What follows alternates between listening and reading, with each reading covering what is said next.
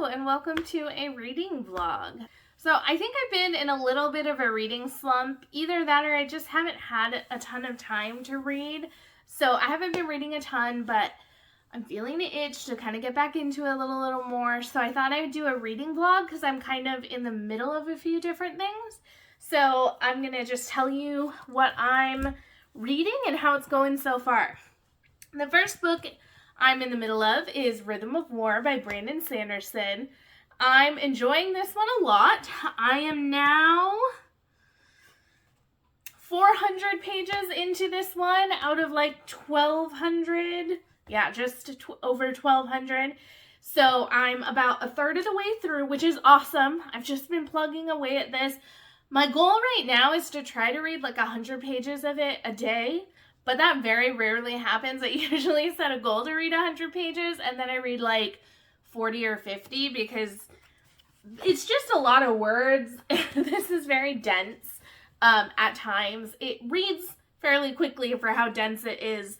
But yeah, I'm really enjoying it. I'm not going to share spoilers just because I know a lot of people maybe haven't read this far. But I'm really enjoying how sciencey we're getting in this book. One of the characters that we're following, Navani, she works with these things called fabrials, and they're very interesting, and we have some intrigue going on with the fabrials, and I love the sciencey bits.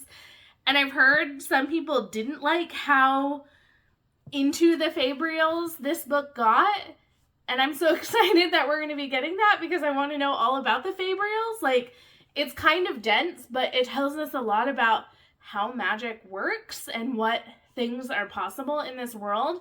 And I love Navani as a character, so I'll watch her sit and brew tea. Like, I would read her doing anything. So I'm enjoying this, and we're getting some interesting action too.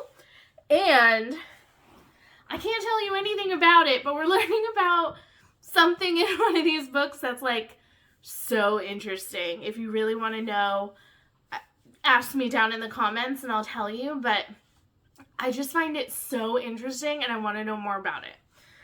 That's all I can say. Something with Adolin. There you go. Ask me about what I'm interested with Adolin. Either that or maybe that hint will tell you what I'm interested in. Next, I need to read this book, The Seven Sisters by Lucinda Riley. This is in my recent book haul, and I only have this for like 3 weeks because it came in from the library and there's a bunch of holds on it. So this is a series I've wanted to read for years. I kid you not. I don't know when this first book came out, 2015.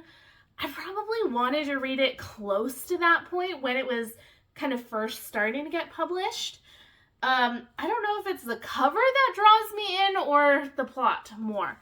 So this book is about 7 sisters who were all adopted daughters of this man who they call Pa Salt.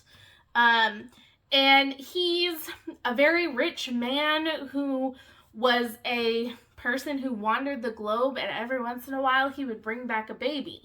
And there are 7 sisters, and I should say they were supposed to be 7 sisters. There are actually 6 that we meet in here, and very early on in like the first 20 pages, we find out that Pa Salt said, "I never found the 7th daughter." He had been naming his daughters after the Pleiades, however you say that constellation. He had been naming his daughters after the stars in that constellation. At the very beginning of this book, we learn that Pa Salt has died, and Maya, our main character, is kind of relaying that news to the sisters, and I think there's going to be some sort of mystery that kind of kicks off. I'm wondering if it's going to be about the missing sister or not, but each book in this series I think kind of follows a different sister. It's always given me kind of like Diana Gabaldon vibes, like historical romance with maybe like a little bit of magic. And so I'm about 20 pages into this exactly, and I need to be reading it a little bit faster because it is going to have to go back, and I know there are holds on it. So I got to get this done while I have it because it'll be a while before I can get it back if I have to send it back to the library. So I think this is going to be my main focus for a while, but there's one more book I wanted to tell you about. That's my audiobook. I've been listening to The Unheard by Nikki French. Nikki French is a husband-wife duo who write thriller novels. The first books I ever read of theirs was the Frida Klein series, which is my favorite mystery series of all time. So good. And this is one of their just standalone kind of psychological thrillers. And this one has been really creepy. I've been listening to it before bed. And some really creepy things happen in it. Basically, there's this couple, and they have a little girl. She's like 3 or 4 years old, and this couple have been separated for about a year. And one week, the mom gets her daughter back from her ex-husband. Well, I guess they weren't married, so her ex-partner. And some weird things start happening with her. Poppy wets the bed. She's drawing like graphic drawings. She's talking about someone being dead. And the woman is like freaking out, like, what happened? And her ex-partner is like, nothing happened. Like, but she knows something is wrong. Her daughter is like scared, maybe, like saying things that she thinks she's gonna get punished, or like doing things, and she's like, I wouldn't punish you for wetting the bed. And her daughter's like scared, so she's like, something is happening, and she can't figure out what, and it's so creepy. Like, that's one of the things I love in a psychological horror, when someone knows something is wrong, but they can't prove it. And in that time of like kind of waiting for proof is so creepy, because it's like that could happen to anyone. When you just know something is off, but you can't prove it, is so scary to me. So I'm really enjoying that. I think I'm almost a quarter of the way through. So that's actually going pretty quickly. I've been listening to it when it's raining on the walks and I can't read something like on my tablet or something like that. So I'm enjoying that a lot. Those are the books that I'm currently reading. I'm going to be focusing on The Seven Sisters and Rhythm of War, and then throwing in the audiobook when I feel like it. So I'll check back in a little while when I've made some progress in some of those and tell you how things are going. Hello, I am coming to you today with very red eyes. I'm having really bad allergies, so I haven't been crying all day. I just look like I have. I'm coming in with a little update because I am further in The Seven Sisters and wanted to tell you a little bit more about it. So I'm 65 pages in, and I am really enjoying it. I don't think the writing is like the greatest. Some of the dialogue seems clunky. Like one of the sisters was telling another one, like, what do you want to do? And the other one responds, I simply do not know. And it's just like, if I think too much about it being read out loud, it kind of falls apart. It's not like the best written dialogue ever, but I'm really enjoying the story.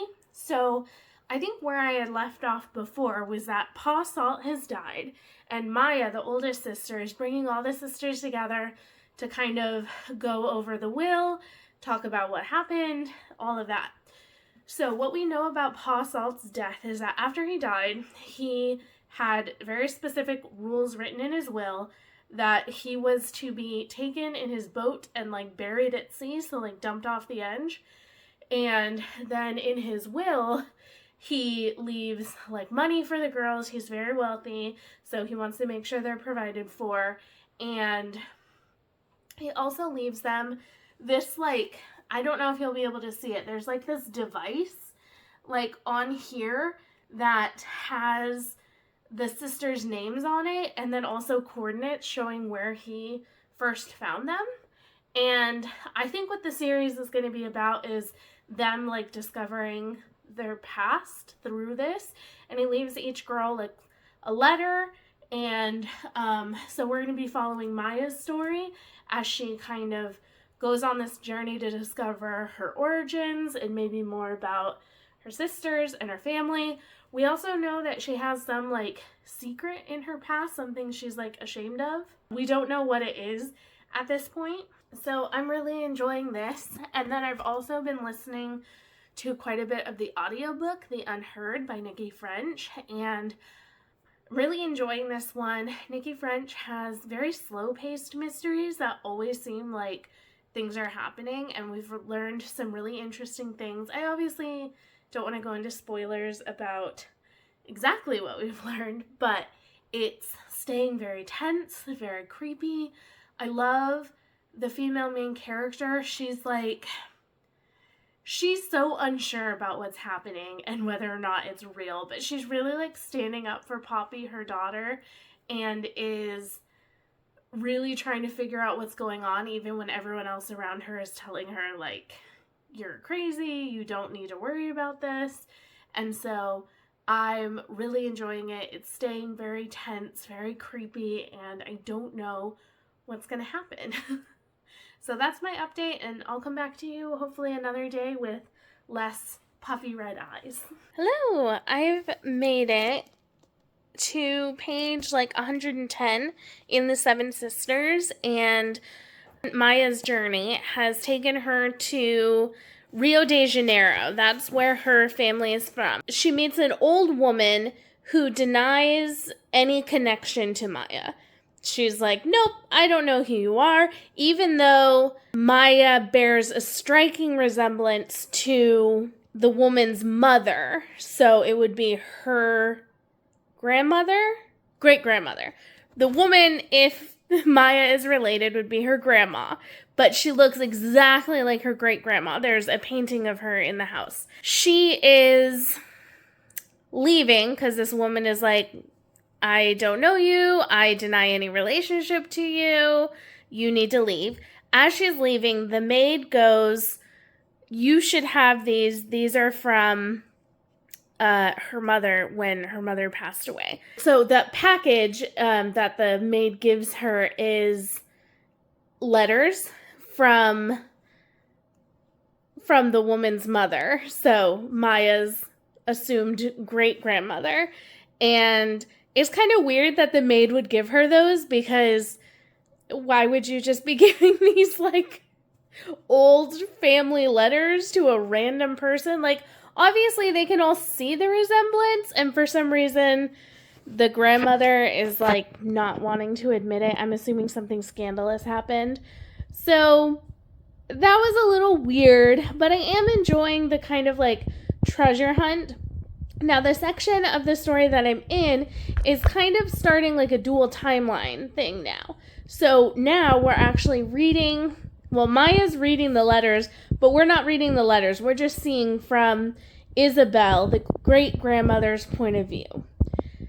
So that's kind of interesting, and I guess I'm wishing for a little bit more like treasure hunting. It feels like that part has gone very quickly, and it's hard getting all this intrigue about this mystery and then just kind of having it like come to this point, and now suddenly we're in a new timeline. And obviously we'll go back to Maya's timeline and stuff and figure things out, but it just feels a little jarring from like a story structure point of view. I kind of wish we were staying in the future or the present, because that's what I'm interested in right now. I want this treasure hunt. I care about Maya, and dual timelines is always very hard when you go back and you're having to learn like a whole new cast of characters. One thing I do think is interesting is that we're learning about Rio de Janeiro in the 1920s, which I know absolutely nothing about. So that'll be interesting at least.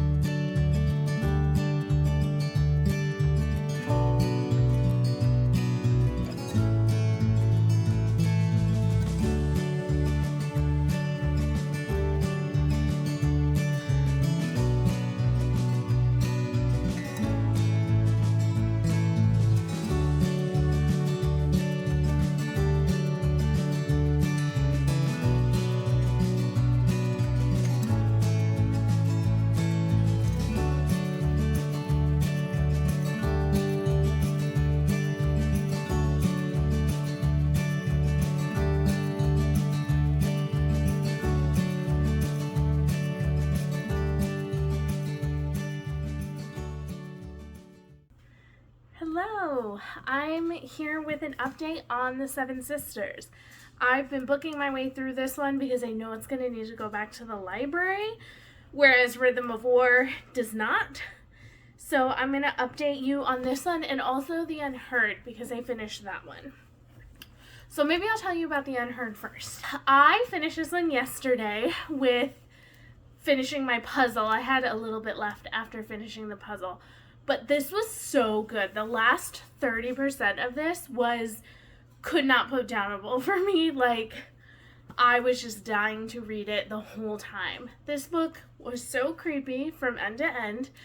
I did not see it coming, what happened. It was one of those where I wasn't trying to put together what was going on. I was just stressed and listening, like, what's going to happen? What's going to happen with Poppy? What's going to happen with our main character? I was so worried about them. But it had such a great story with such a great ending. I think Nikki French really does a great job with exploring the emotional things that the characters are going through, as well as the, like, actual scary things that are happening. Like, in this book, one of the hardest things for this mom was feeling like something is wrong with my daughter. My daughter is telling me that something is wrong, but I can't prove it, and I'm terrified that something's going to happen to her. And they do such a good job of, like, exploring that, like, motherly instinct of knowing when your child is in danger and how can you keep them safe when you don't know what the danger is. I absolutely loved it. So that was easily a 5-star read for me, and I can't wait to read another Nikki French. I feel like I wish they wrote faster so I didn't feel like I had to kind of, like, give it time in between, because I'm like, I don't want to run out, because they just scratch an itch for me that other authors don't seem to do as well. Okay, now on to the Seven Sisters. I am 326 pages in. I have like 140 pages left, so I might finish this today. I'm going to see, though I have quite a bit of cleaning that needs to happen, so I don't know if I'll be able to get that in today. But I'm very close, and it reads really quickly. That's something I'm really enjoying about it. It's an easy read. It is not hard to read this at all. So even though it's like 460 pages, it goes by much more like a 300-page book. So in this book, I'm a little bit torn. So I really love Maya's story with her father dying and her sisters and her leaving Atlantis to go seek out her birthright. However, when we switch to Isabella's point of view, it's not just switching to her point of view for like a tiny bit of time. No, we spend like 100-something pages in Isabella's point of view. Then we pop back to Maya, but for a tiny bit, and then we pop back to Isabella's point of view for another like 100-and-something pages. So I'm struggling with that a little bit, because I think the interesting story is like the hunt to find her birthplace and her family and who she belongs to. But it's spending time just like showing us the past. And I get why it's important. So the woman, the great-grandmother Isabella that they are talking about in the past, she is semi-related to the building of Christ the Redeemer, the big white statue in Rio de Janeiro with like Christ with like his arms straight out. So her friend's father is like the constructor of that. And so what I think this series is going to do is each sister is going to be connected to one of the new 7 wonders of the world. So not the 7 wonders of the ancient world, like the pyramids of Giza and the Taj Mahal and things like that. If you look up like the new 7 wonders of the world, Christ the Redeemer is one of them. And so I think that's what's going to be happening, is that these characters are connected to the new 7 wonders of the world. Each character is connected to a different one. So I think that's really interesting. However, there's a little caveat that I don't always love when we're following real characters in stories. Give me nonfiction or give me fiction sometimes. Like, I don't like stories where it's like, we're following the great artist Van Gogh and he like pops into the story and we're following him through another character's point of view. I don't know why. I just really struggle with those kinds of books. So I'm struggling with that a little bit. Something else that's been hard is that, like, she's trying to go back to her birthplace, where she's from, which is Brazil, Rio de Janeiro. But a lot of this story has taken place in France, in Paris, because she, like, travels with her friend and her friend's father to go while he finds the artist who's going to create the Christ the Redeemer statue. So we spend a lot of time in Paris. And that's just, it's one of those things where it's like, do you want to tell a story about Rio de Janeiro? Or do you want to tell the story of the 7 wonders of the world? Like, it feels more like we're following the story of the wonder sometimes rather than the story of Maya's family, even though they're kind of tied together.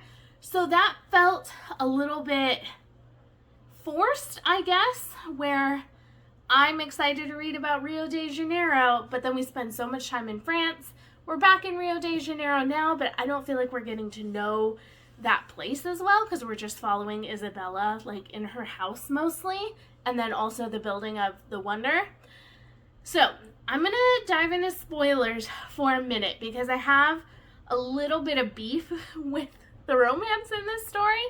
So I'm going to put a little spoiler tag at the bottom. It's going to be there while I'm talking about spoilers, and then it'll be gone when I'm done. Okay, so in this story, Isabella, her family is like nouveau riche. So they have newly come into wealth through coffee and the selling of coffee beans. Just like in America, the like nouveau riche are looked down upon. It's like, you made your money, your family's not from money. So that's a very common thing that I know about. So then Isabella's dad really wants her to marry into a family who's not necessarily wealthy. Their wealth is actually failing quite a bit, but they have good lineage, a good background, a good family name. So he's like, perfect, I'll marry my daughter off, and then that will kind of like fix her for life. She'll have our wealth and their name, and it'll be perfect. In her like coming out season, one of the most famous families, their son ends up falling in love with Isabella because she's the most gorgeous woman he's ever seen. There's a lot about the women just being absolutely the most beautiful people in the world, which is just, I don't know, I find it kind of like a tired trope to read about sometimes.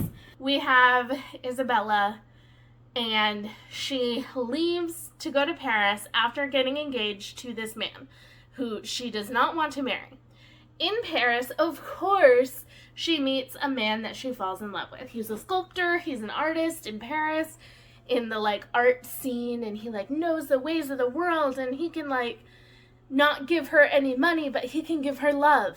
Isabella decides to leave and go back to Rio de Janeiro, marries her husband, and then Laurent, the man who she fell in love with in Paris, comes with the Christ the Redeemer pieces of the statue, and he comes with that to kind of go see her, but he ends up arriving too late. She's already married. They end up coming together and start an affair.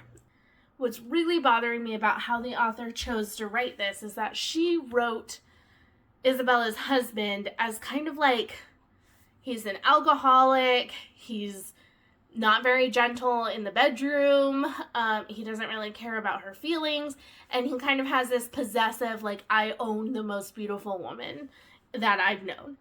So they wrote him so poorly that it's kind of like, obviously we want her to be with Laurent because her husband sucks. They also mentioned that he's short and balding and not that attractive, which I just think is so stupid because attractiveness has nothing to do with love in so many ways. Just because a man is short or tall doesn't mean they're more lovable. Just because someone is beautiful or ugly doesn't make them more lovable necessarily. Like, love is based on so many more things than just looks. Isabella is like having this affair now with Laurent, where I think it would be so much more interesting if her husband was actually like nice, but she just didn't love him. Like, if you've ever read Wuthering Heights, you have Kathy, who decides to marry for wealth. In Wuthering Heights, you have Kathy, who decides to marry for wealth instead of love and passion. And it's a much trickier situation because her husband is actually very nice and kind, if a bit boring. She doesn't love him like she loves Heathcliff. But it's like this real struggle of like, do you need the super fiery passion that's going to tear you both apart, or do you need kindness and stability? And it's a much more difficult sort of love triangle going on. Whereas in this one, it's like, okay, obviously, like, for one thing, I'm like, she shouldn't have gotten married. She didn't want to marry him. She just did it because her dad wanted her to, and she just didn't put up a fight about it. She willingly married him. And so it's kind of like, you made your bed, now lie in it kind of a situation, not like, well, you can cheat on your husband because he's not that nice. It's like, no, that's not the way to go about it. So that's kind of frustrating me quite a bit. And I just wish that Lucinda Riley had written more of a like actual dichotomy where it's like she's really struggling with this decision rather than just like, well, I want Laurent, but I'm married now, and so I guess I'll just cheat on Laurent or cheat on my husband with Laurent. So I'm going to finish it up. I'm probably going to continue with this series, at least through the next book, because I found the next one at a thrift store in my recent book haul. Found it for really cheap. I'll at least continue through that one, and then we'll kind of see, but I'm just not loving how she's going about writing this, like, romance. It's also been very insta-love. So, that's that. Okay, spoilers are done. Yeah, that's where I'm at. I'm probably going to be finishing this up tonight, and then I'll read some of Rhythm of War before I pack up the vlog. Definitely won't be finishing it in this vlog, but I will be trying to make a dent because today is the 24th. I have 12 days until Wind and Truth comes out. So I need to get on that Rhythm of War bandwagon now. I'm finished with The Seven Sisters by Lucinda Riley. I'm going to wrap this up quickly. I went into a lot of detail in the spoiler section earlier of some issues I was having.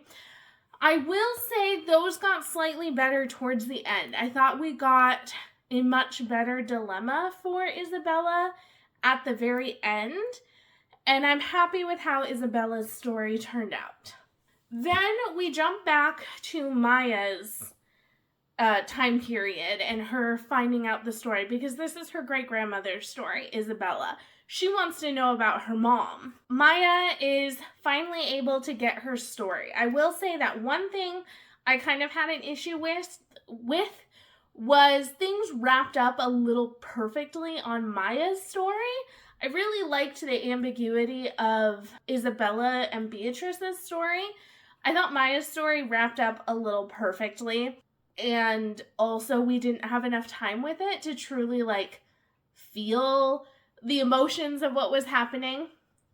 But overall, it was okay.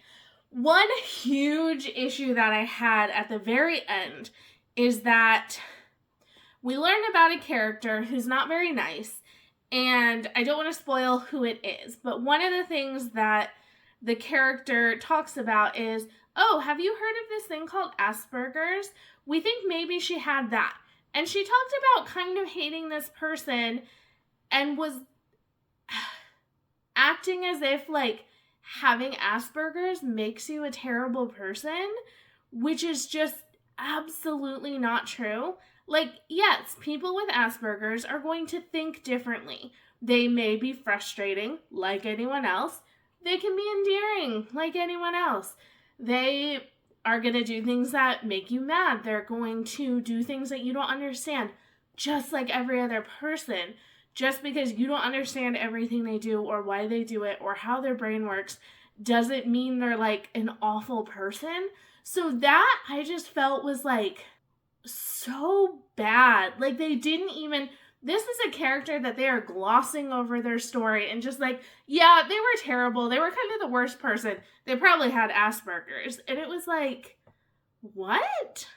So I hated that. And I feel like that's going to drop down my rating overall because it just felt so insensitive and like Lucinda Riley doesn't know anyone who has Asperger's and is just trying to paint this picture of like blame bad behavior on being on the spectrum, which is just so bizarre and unnecessary. And I don't know, that whole section was odd.